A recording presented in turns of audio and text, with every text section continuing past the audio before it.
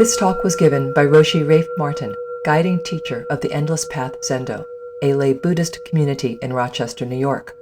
Join our practice, in person or online, at endlesspathzendo.org. Today is Saturday, February 1st, 2025.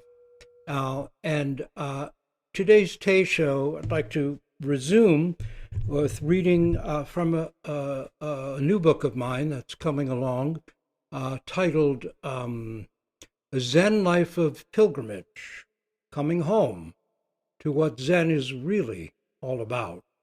When I think of understanding the Tathagata's true meaning, what is Zen really all about? So to back up a little bit to sort of get a running start to where we left off with the first chapter last week, two anecdotes to just set the tone. The first was I was having lunch with Aitken Roshi in an Italian restaurant in Honolulu when I asked him, "Roshi, what is this Zen thing anyway? Why do we do it?" He answered quickly, saying, "Happiness." And then he stopped, put down his fork, and sat quietly thinking, as if he'd noticed something not quite right.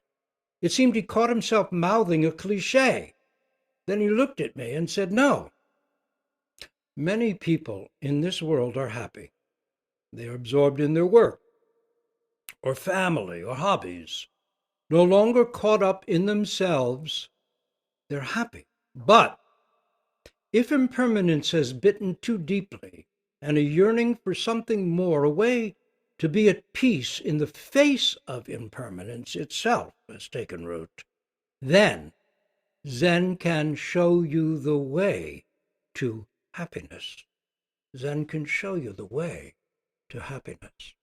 And now another anecdote, not my own, but an anecdote that Dana Roshi related to me, and this comes at the end of the introduction to this new book, A Zen Life as Pilgrimage.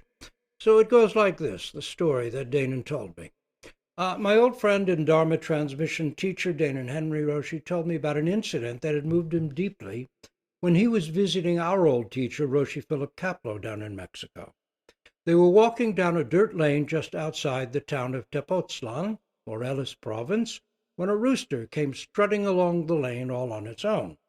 Roshi stopped and just stood there leaning on his walking stick, looking and looking and looking at that rooster.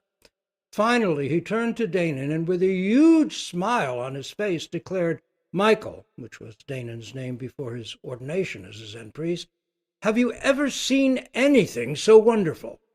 Now remember, earlier in life, Roshi Kapleau had been the chief court reporter for both the Nuremberg and the Tokyo War Crimes Tribunals. Taking down the details of that horrific testimony of devastating evil changed him. He heard firsthand all the terrible things human beings who lacked any sense of intimacy with life or with their own humanity could do and had done. Like Prince Siddhartha 2,500 years ago, who walked from his palace and was shaken to the core by a sudden encounter with aging, sickness, and death. That dramatic courtroom experience crushed the life Philip Kapleau had lived up till then. And it led him, not many years later, to sell his court reporting business and head back to Japan, this time to train in Zen. So, the point is, that stunningly radiant smile of complete and utter happiness at the sight of that rooster was no trivial thing. It was an expression of what Zen had opened to him. What was that? Where did that radiant smile come from? And how do I, living in these troubled times, find that same kind of simple joy in life is what I want to know. Isn't it perhaps what we'd all like to know? So now, as part of this stepping back to take a running jump forward, we'll restart chapter 1. We ended last time about a bit into it, maybe a quarter into it. So we'll just recap as we get going. And then we'll do that whole chapter. And this is chapter 1 is Te-shan, or Toksan in Japanese, is date 780 to 865, carries his backpack, part 1, because there are 3 koans linking, we're setting them in chronological order, if you remember, linking Te-shan and how he matured through his practice. And that's the point. What does this pilgrimage of a life look like from a Zen perspective? Let's get a bit of the archetype in place. So, in working through the koan curriculum, the 3 koans focusing on Zen Master Te-shan do not appear in chronological order. I'm arranging them in that order so we can see the story of a life as pilgrimage that they actually reveal. And in this, I'm following a wise suggestion that had been made to me many years ago by Dane and Henry Roshi. First, again, a note about koans in general. In a 2008 interview with Poetry Foundation, the Pulitzer Prize-winning poet, environmentalist, Zen elder, and countercultural icon Gary Snyder spoke to the point when asked about koans, and here's what he had to say. What a tricky task the koan has. It must challenge the student and draw her into it, but not give away enough to make her think she understands it. Koans are not poetry as a rule, and do not aspire to being poetry, but are some type of simple teaching story that is a little bit like a riddle. If bright people could read koans and then simply get it, they wouldn't be koans. The intention of a koan is to make people who are bright in an ordinary way, or ordinary people who are bright in an odd way, work harder and go further into themselves. The language presents an opportunity to perceive a metaphor that calls one not to thought, but to work. Work is performance. Performance is embodiment, and not subject to ordinary rational analysis. It must spring forth freely and spontaneously, as does life for most working people who are always dealing with the immediate. That's one kind of koan. So in a way, we're not talking about language, we're talking about the theater of life. For this to actually work, it needs the relation of student and mentor, in this case, a qualified Zen Roshi in the Rinzai tradition. Of course, that implies also a teacher who worked in Rinzai tradition, even if they're Soto, like Harada Roshi, worked with Dokton Roshi, and our tradition of the Harada Yasutani koan lineage comes through a Rinzai teacher to start with, but then is absorbed into the Soto background tradition of Harada Roshi and Yasutani Roshi, and comes to us through, obviously, Aiken Roshi, Kapla Roshi, Yamada Roshi, Dane and Henry Roshi. So going into the teacher's room and trying out your view of the koan or on him or her is the only way to move through it. Without the mentor, you only dig yourself deeper into the hole and make up your own answer, which is invariably wrong.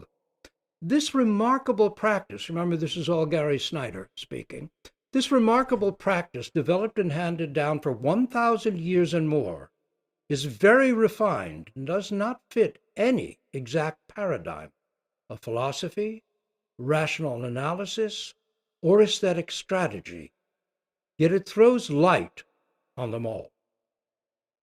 I have no doubt that the Buddhist teachings are grounded in the remarkable, almost unique, exquisitely relevant insights of Gautama Shakyamuni, who is well named the Buddha, the realized one.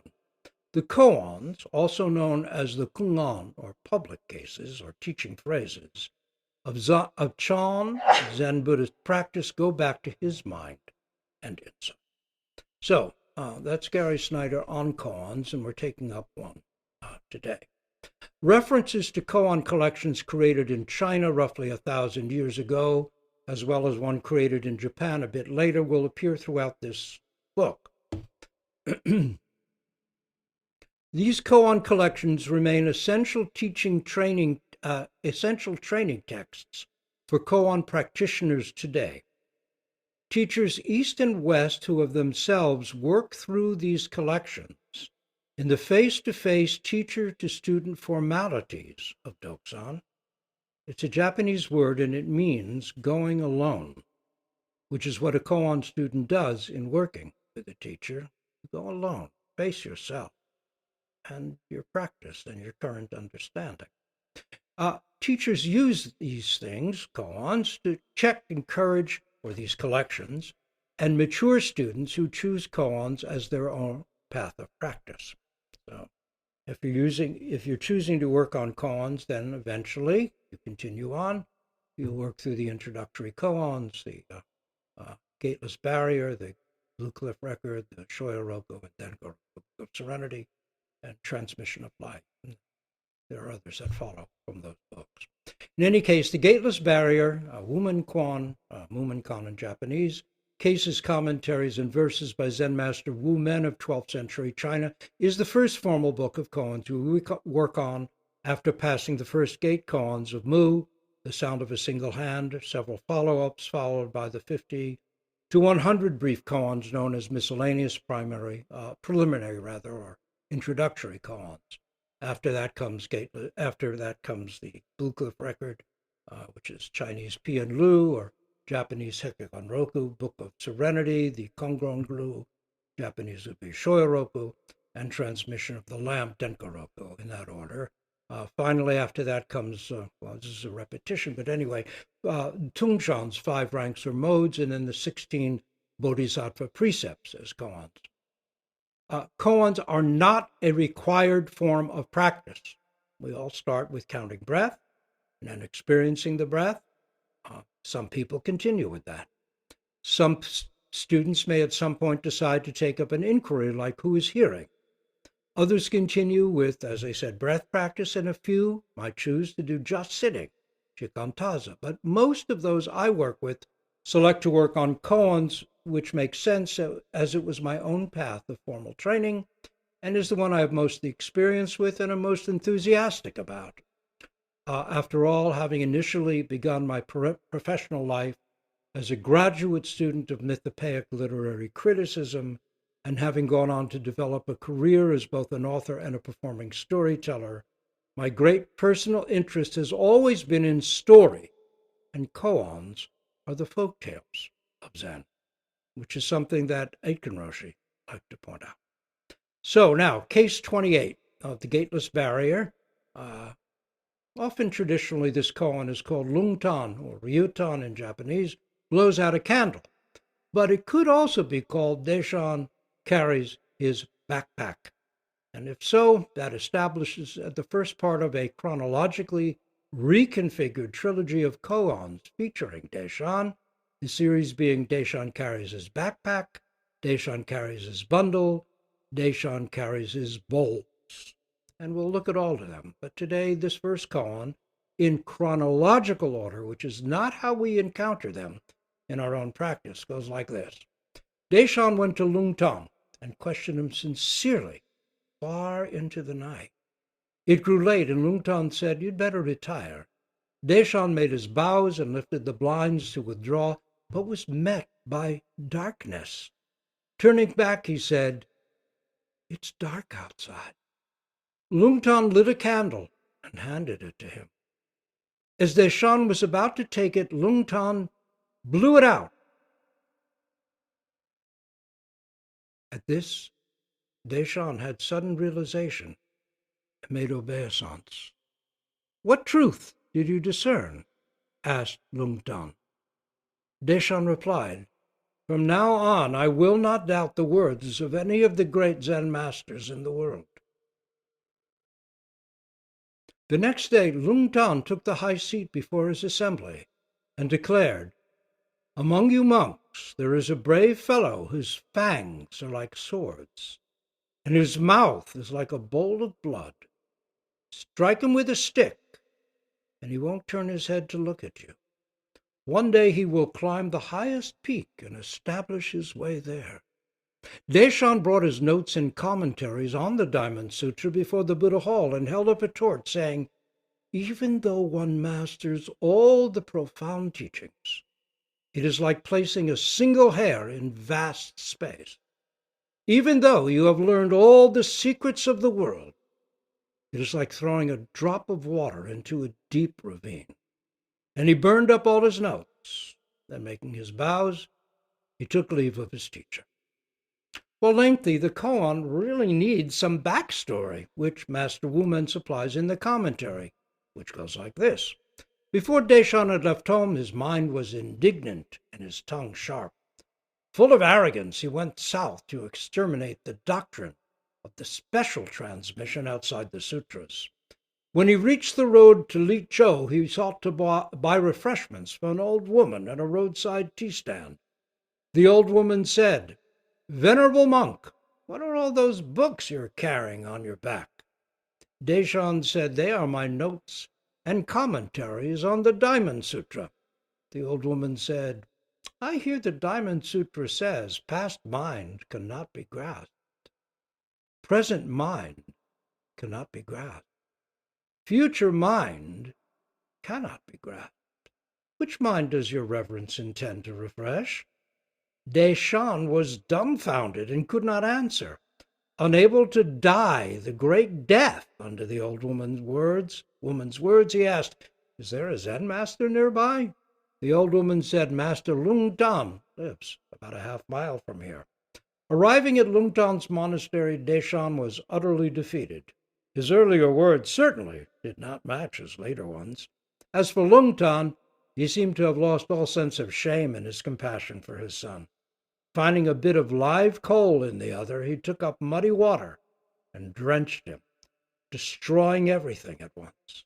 Looking at the matter calmly, you can see it was all a farce. It was all a farce. Yeah. Now, some backstory on the backstory. So, Te-shan, or Tokusan in Japanese, was a noted scholar of the Diamond Sutra, and he upheld the classical Buddhist teaching of a many-lifetime path aspiring bodhisattvas must traverse in order to gain mastery of the 10 stages of enlightenment and eventually reach Buddhahood. So this included study of the sutras and the Vinaya, the moral ethical teachings, as well as the practice of the 10 paramitas, or perfections: generosity, dana, morality, shila, patient forbearance, which is kshanti, zeal or vigor, which is virya, focused meditation, which is jhana, which is where Zen, Chan, originally got its name, focused meditation, jhana, wisdom, prajna, skillful means, upaya, resolve, pranidhana, spiritual power, bala, and the final one is knowledge, or jnana, nana, all of which are summed up in the Buddha's eightfold path of right view, right resolve, right speech, right conduct, right livelihood, right effort, right mindfulness, and right meditative awareness. Right essentially means unself-centered and non-harming, or unself-centered and non-harming. So classical Buddhist tradition asserts that maintained over lifetimes, this path ultimately leads through progressive stages of bodhisattva realization to complete and perfect Buddhahood. The canonical Jataka tales, one of which we'll explore in this book, past life tales of the Buddha as human as well as non-human beings, which is more than just animal. In the Buddhist tradition, there's non-human beings, of course, could be animals, but also spirits, gods, yakshas, nagas, gandharvas, all kinds of beings as part of the ecosystem of this planet, non-human. The Jataka tales are the folk tales of Buddhism, as koans are the folk tales of Zen, and they demonstrate the ceaseless work of the bodhisattva towards completion and fulfillment. Now, none of that is discounted by Zen, all those lifetimes of work. But Zen holds that there is another way up, a way to awake to Buddha now, just as we are. In this, Zen acknowledges the primacy of the Buddha's own great awakening. The words tradition ascribes to him at that profound moment are wonder of wonders. All beings are Buddhas, fully endowed with all wisdom and virtue. Only their habit of dualistic, delusional, self-centered thinking prevents realization of this. Now, Te-shan, as a classical Buddhist, was a gradualist, and for him, Zen would have looked like heresy. That it was flourishing in the south of China seems to have infuriated him. Those liars, those cheats. Bodhidharma's legacy of pointing directly to mind itself, furthered by the six patriarchs' teaching of dustless mind, which ironically had opened to him when he heard a verse from Te-shan's own beloved Diamond Sutra. Now this had to be dealt with in Te-shan's thought, in his mind, and he, Te-shan, was just the man to do it. He was such a noted authority on the Diamond Sutra that his nickname was Diamond Zhou, Z-H-O-U. But it would be like Diamond Joe or Diamond Charlie today. And he was driven by an absolutely ferocious self-confidence. So naturally, when he heard that Zen taught there was no need to rely on sutras or words, but that pointing directly to mind itself could enable anyone, even a supposed illiterate like Wei-neng, Japanese Ino, the sixth patriarch, to awake to original Buddhahood, he was incensed. Hitching a box of Diamond Sutra commentaries on his back, he marched off to give those Zen devils in the south what for. Arriving at a roadside stand where an old woman was selling tea and tea cakes, which were then at that time colloquially known as mind refreshers, he stopped, wiped his brow, set down his pack, asked for tea and mind refreshers.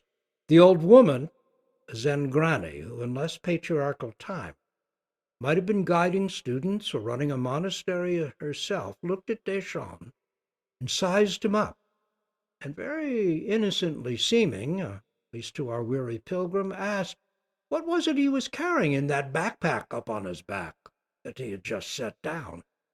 "Oh, and here, my good woman," he said, "are my commentaries on the Diamond Sutra." "Ah," she said, as if awed. "Wonderful, wonderful. Please tell me, Venerable Sir, as I'm an ignorant old woman, doesn't the Diamond say that past mind cannot be grasped? Present mind cannot be grasped? Future mind can't be grasped? If so, Venerable Sir, which mind will you refresh with my mind refreshers? Tell me, and I'll give you them for free. But if you can't, I won't give you any." Stunned, Diamond Joe stood there, slack-jawed, unable to answer.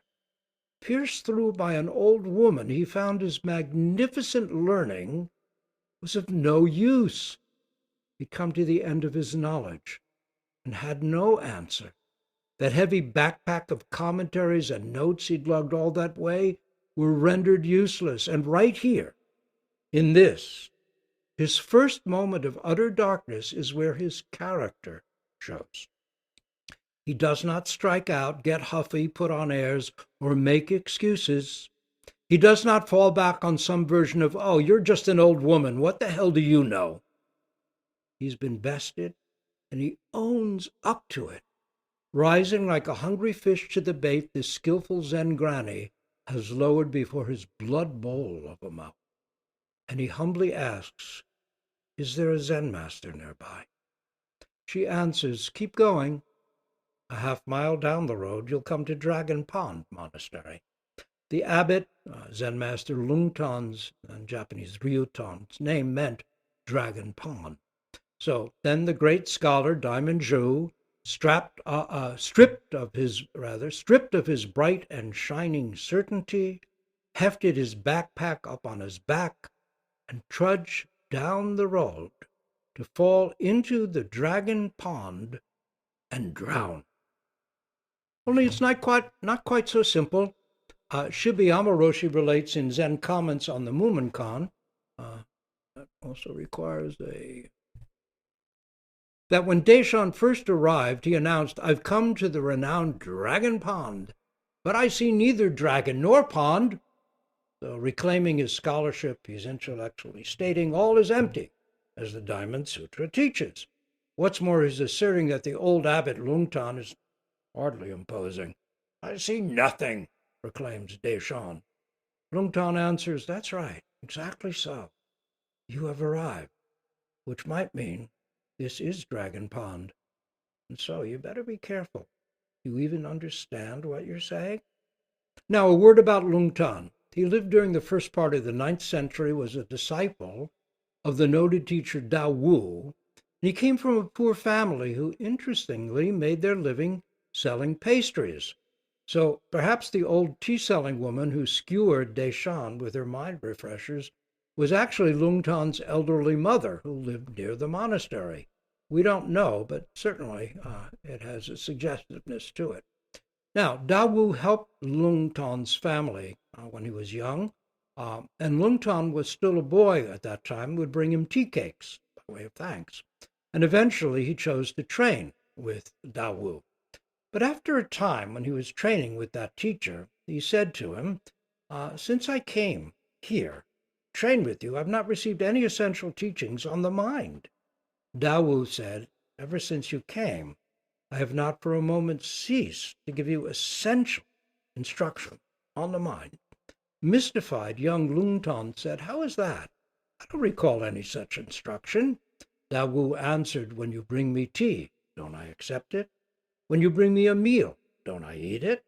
When you gasho, don't I respond with a gasho?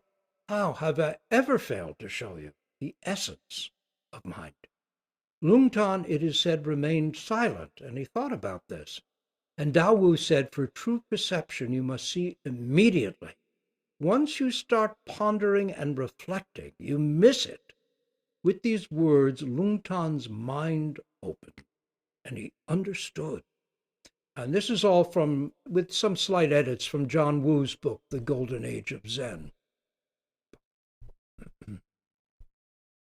After this initial face-off, Te-shan's defenses seem to have come down, and the two talk far into the night. Gradually, Te-shan's certainties, his fixed beliefs, his practiced arguments, his stunning refutations fade away, leaving him in darkness.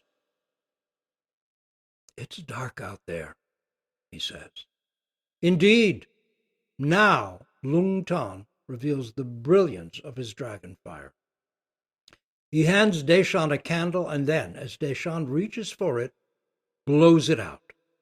Gone, gone, entirely gone, as the Prajna Paramita Heart of Perfect Wisdom Sutra says. Right there, in that total darkness, with everything, even his last clinging habitual thought of me in here and everyone and everything else out there, blown out, Te-shan sees. This is what nirvana literally means, blown out, like a candle in the wind, all self-centeredness. All greed, anger, and ignorance are entirely blown out. This is Zen's great death and our return to full life. With this wonderful failure, as Wu Men calls it elsewhere, this complete and stunning loss, Te-shan awakes to what until then had remained mere theory. It is a conversion to what until that moment he'd fervently disbelieved. He has indeed arrived at Dragon Pond and fallen in, moving from classical Buddhism's belief in Buddha to personal experience of Buddha. He's not Shakyamuni, he's Te-shan. Lung Tan teaches Te-shan without reliance on words or letters, the very thing Te-shan had so previously and confidently believed to be impossible. And he does so not by ignoring or evading words and letters, but by going so fully into them that there's nothing left to say or think. The Diamond Sutra speaks of emptiness, which Te-shan understood intellectually. But Lung Tan, reading Te-shan's "It's dark out there" exactly right, removes his last lingering sense of anything at all, blowing out his candle. It's dark. Give me light. Isn't this what we're all asking of our teachers, traditions, leaders, even of our entertainments? It's dark out there. Give me a little light. Give me some insight, some hope, some meaning. But even Lung Tan can't give Te-shan something he already has. Instead, he removes the last barrier, blocking Te-shan's realization of what actually already is. The sword of Manjushri, Bodhisattva of wisdom, is said to kill and simultaneously give life. The Buddha's astonished exclamation upon awakening, wonder of wonders, all beings are Buddha, only an unconscious attachment to self-centered thinking prevents their realization of this, has for Te-shan becomes an intimately personal fact. Yet, I'll suddenly realize he's not yet mature. He's still the same old hothead. Like a pendulum, first he swung one way, now the other. Alight with new-found vast, empty joy, he torches his beloved sutra and cherished commentaries. What for him had been totally right is now totally wrong. The most profound teachings and inexpressibly lofty thoughts can't begin to compare with the ordinary reality of his and our own mind. So naturally, given who he is, he has no further use for them. Just listen to his bold words. Even though one masters all the profound teaching, it's like placing a single hair. Vast space. Even though you've learned all the secrets of the world, it's like throwing a drop of water into a deep ravine. And he burned all his notes, then making his bows, took leave of his teacher. Bravo! Yet, what a hothead. And Lung Tan sees it clearly. And he says, among you monks there is a brave fellow whose fangs are like swords, and whose mouth is like a bowl of blood. Strike him with a stick, and he won't turn his head to look at you. One day he will climb the highest peak and establish his way there. One day. The point is clear. More maturing lies ahead. Nonetheless, here's the joy and freedom that Zen offers, not just to learn about Buddhism and study texts, but to our own degree and ability realize the way and come home.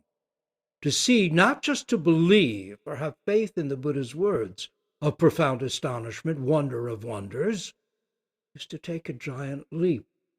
To where? Well, Te-shan feels he's now really gotten someplace. He still has a lot of growing up to do. Buddhist tradition holds that even the fully realized Shakyamuni Buddha is only halfway there. In this understanding lies the heart of Prajna Paramita's perfect wisdom. Form is only emptiness. Emptiness only form. Form is exactly emptiness. Emptiness exactly form. Always. Right now is always. Form does not become emptiness. Emptiness does not become form. They do not segue one into the other. So Shakyamuni is always, must always be halfway there. The wise little fox, the innocent hero's ally in the Grimm's brothers' fairy tale, The Golden Bird, sagely counsels the innocent hero, remember, don't put the golden sword in the golden scabbard. Put the golden sword in the plain old leather one. There's Paleolithic Prajna wisdom in that. But why burn sutras? Reading and study are important. Would Te-shan have arrived at his splendid realization without those previous years of sutra study? Roshi Kapleau liked the Zen saying, the ancient teachings illumine the mind, and the mind illumines the ancient teaching. And even so rigorous and demanding a teacher as Zen Master Hakuin, 1686 to 1769, insisted that reading and study were crucial, if anything, even more so after awakening than before. Yet Te-shan, floored by his recent awakening, destroys sutra and sutra commentaries alike. It is a beautifully reckless moment, revealing the depths of his realization, integrity, and commitment, as well as his ferocious character, all in one.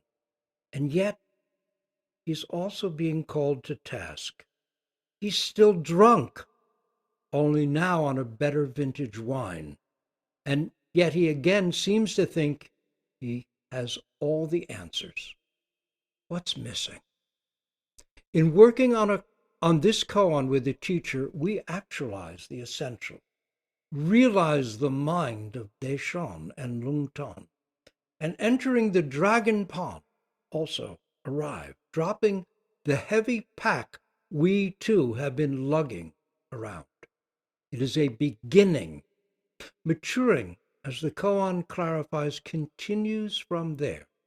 Many koans lie ahead to refine and deepen our initial glimpse. One day, Te-shan, chagrined to recall his earlier impetuousness, may find himself rewriting those notes he'd so precipitously burned. Now that he himself is teaching, he may find they have a use after all. Working on koans is one of the ways Zen tradition offers to help us burn up our, to quote Bob Dylan, Tombstone Blues, pointless, useless knowledge. The pack of stuff we're lugging around that cuts us off from intimacy with sun, moon, and stars, rain, wind, and snow, children, and partners. But let's be clear. There's nothing wrong with knowledge. Jnana Paramita, the final and 10th perfection, is the perfection of knowledge. It is a necessary completion. Zen is not anti-knowledge. The masters of old, men and women both, were learned. But learning and knowledge without actual insight weren't enough for them. Awareness of that lack motivated them to finally really know. Just when our burden seems heaviest, Zen can help us step into the darkness and, as a final gift, blow out our candle. Wonderful indeed. Wumen concludes with a verse couched in a metaphor of physiognomy. Seeing the face, better than hearing the name. Hearing the name is better than seeing the face. He saved his nose, but alas, he lost his eyes. Seeing the face is better than hearing the name. Hearing the name is better than seeing the face. He saved his nose, but alas, he lost his eyes. What is seeing the face? Why is it better than hearing the name? Why is hearing the name better than seeing the face? How can that be? Aren't they mutually exclusive? Moving further into the metaphor, Wumen says that while Te-shan saved his nose, and what's that? He lost his eyes. Aitken Roshi sums this up in his Gateless barrier with, he became totally blind at last. May we all do the same. We'll stop here and recite our great vows for all.